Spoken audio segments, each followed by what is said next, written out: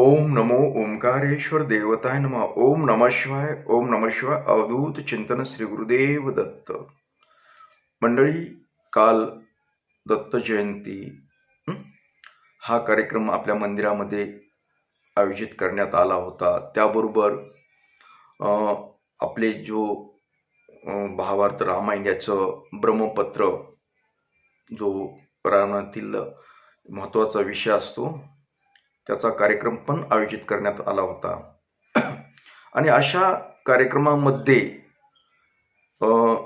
माझ्या गुरु भगिनी जे का मला राखी पौर्णिमा, दिवाळी, ही जी बहिणीचे जे काय असतात ओवाळण्या वगैरे अशा गोष्टी तर करतातच मला.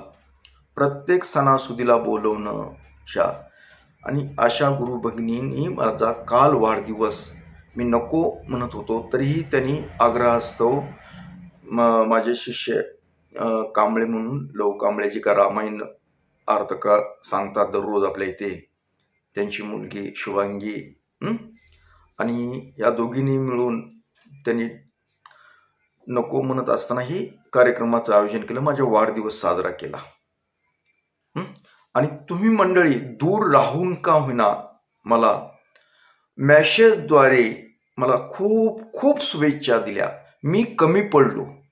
खूप जणांनी फोन केले, पण मला फोन प्रत्येकाचा घेता येत नव्हता, कारण कार्यक्रम तिथं चालू असल्यामुळे गर्दी, आवाज ह्याच्यामुळे मी फोनवर बोलता येत नव्हतं. पण एखाद्या वेळेस जर बोलण्यात आलं असेल तर थोडं काय बोललो ही माझ्या आठवणीत नाही, कारण गर्दी होती खूप. अशा घाई गर्दीमध्ये सुद्धा बऱ्याच मंडळींनी, समजा आता माझ्या रक्ताच्या नात्यातलं कुणी काही करत नाहीत आणि नाही केलं तरी काही अडचण नाही, पण तुम्ही मंडळी, तुम्ही माझ्या रक्ताचे नाहीत आणि रक्ताचा असून उपयोगी नसतो. फक्त प्रेम, आदर, श्रद्धा हे असलं की सर्व असतं. काय करायचं रक्ताचे असले तरी. पण तुम्ही मंडळी, केवळ मी एक ओंकारेश्वरची सेवा करतो, देवाची सेवा करतो, या उद्देशानं का होईना माझ्याशी खूप जोडले गेलात आणि माझ्यावर खूप भरभरून प्रेम करता. यात कसलीही शंका नाही. लहान थोरापासून केवळ कसं, मी या क्षेत्रात आहे, देवाच्या क्षेत्रात असल्यामुळे एक श्रद्धेपोटी काही तुमच्या मनात जसं वाटतं, आणि मला ह्या देवाने, ओंकारेश्वरने सर्व नातलग दिलीत, सर्व नातलग दिली. वडील, बहीण, भाऊ सर्व दिलं त्यानं. रक्ताचे नाही दिले, पण रक्ताचे आहेत, नाही असं म्हणता येत नाही. पण माझ्यावर प्रेम करणारे तुम्ही मंडळी खूप दिल्या. केवळ मी ओंकारेश्वरचं करतो काहीतरी थोडं, मी काही 100% करतो असं थोडंच आहे. एक 10% मला जेवढं घडन तेवढं करतो सेवा, आणि त्या सेवेचं फळ म्हणून तुम्ही मंडळी माझ्याशी जोडल्या गेला आहात, भरभरून प्रेम देताय मला. त्याच्यामुळे मी ओंकारेश्वर खूप खूप आभार मानतो. आणि तुम्ही मंडळींनी माझ्या वाढदिवसानिमित्त खूप मला शुभेच्छा दिल्या. रात्रभर देतो, परवाच्या रात्रीपासून चालू होते, मॅसेजवर मॅसेज. सगळ्याचे मॅसेजला मी उत्तर देऊ शकलो नाही, याचा मला खेद वाटतो, कारण एवढे मॅसेज असतात, एवढे लोक जोडले गेलेले आहेत ना, ते माझ्या लक्षात राहत नाही. पण मी अंदाज जेवढं देता येईल तेवढं मॅसेजला रिप्लाय द्यावा, धन्यवाद म्हणून. मी जास्त काय लिहू शकलो नाही. फोन आले, फोनवर बी थोडंसं 1 मिनिटं काय आपण बोललो, ज्याचे उचलता येतील त्याचे. आता बऱ्याच मंडळींनी फोन केले, पण गर्दीमुळे, कामाच्या गडबडीमुळे मला फोनवर काही नाही बोलता आलं नाही. त्याच्याबद्दल मी दिलगिरी व्यक्त करतो. तुम्ही मॅसेजद्वारे करून मला शुभेच्छा दिल्यात, याबद्दल सुद्धा मी तुमचा खूप खूप आभारी आहे. धन्यवाद. आणि असंच प्रेम राहू द्या. आणि माझ्याकडून तुमची सेवा काय असेल, मला जे करता येतं त्या गोष्टी मी अवश्य करणार आहे. काय असतं, जगात आलो तर कुठेतरी मला तुमच्यासाठी हातभार लावता यावा, एवढीच मी ओंकारेश्वर चरणी प्रार्थना करतो. कारण काल मी नको म्हणत असतानाही ह्या मंडळीनं, आमचे शिष्या गुरु भगिनी सरिताताई आणि ही ते आमच्या शिष्याचे मुलगी शुभांगी, ह्या दोघींनी मिळून ते केक आणणं मी नको म्हणत होतो, तरी केजला जाऊन केक आणला, हार आणले. ते बरंच ते आता मला ते वाढदिवसातलं काय आता माहीत नाही, आपल्याला काय करण्याचं कधी याच्या अगोदर कोणी लात लगाने बी मला लहानपणी करण्यात आलं नाही. पण आता हे असं जसं हे देवदेवात आलो तसं कुणी ना कोणी काहीतरी करतंच. तसं ह्या सारिकाताईनं, शुभांगीनं खूप त्यांनी सर्व काही सगळी सजावट काय करायचं त्यांना जमून तेवढ्या घाई गर्दीमध्ये, गर्दी तर खूप होती त्या, म्हणजे इकडे कार्यक्रम चालू होते, इकडे स्वयंपाक चालू होता, सगळ्या गर्दीमध्ये तेवढ्यातून वेळात वेळ काढून मला ते सगळं ओवाळण्या खूप मंडळींनी ओवाळणी वगैरे केले. आणि खरं तर अंतर्गत मनामधून खूप घाईवरून आलं मला.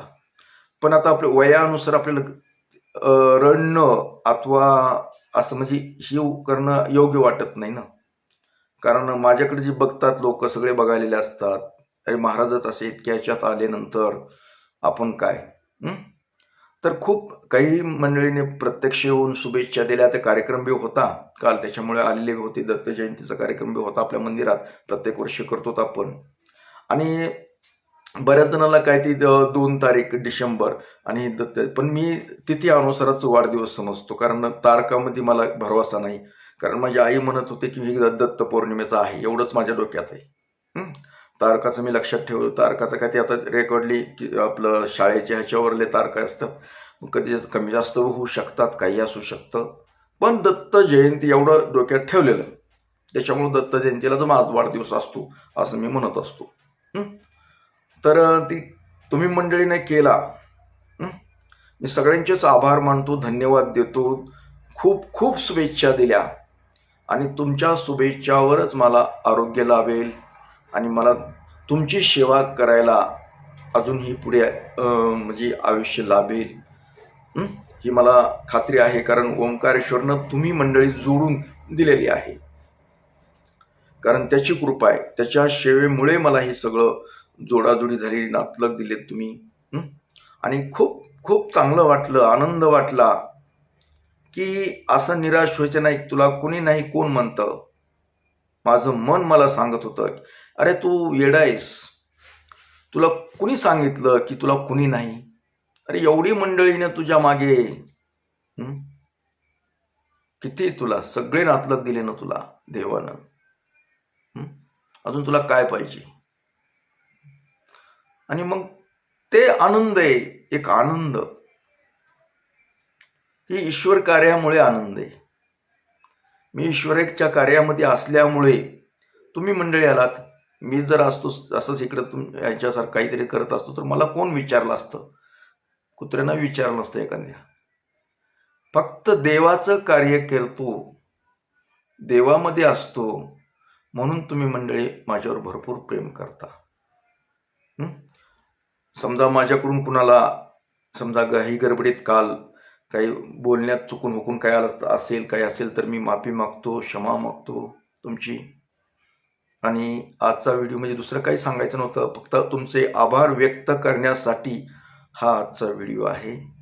मी सर्वांचे आभारी आहे आणि सर्वांना धन्यवाद देतो. तुम्ही मॅसेज रूपाने, फोन करून, प्रत्यक्ष कोणी येऊन, आणि जे का माझ्या गुरु भगिनी सारिकाताई आणि ते आमच्या शिष्याचे मुलगी शुभांगी यांनी खूप खूप माझं म्हणजे इंतजाम केला, तिथला सगळ्या कार्यक्रमाचं नियोजन केलं, याबद्दल त्यांचे पण आभारी मानतो आणि धन्यवाद देतो. आणि हा कार्यक्रम इथेच थांबवतो. ओम नमः शिवाय. जय हिंद, जय भारत. सुखी रहा आणि समाधानी.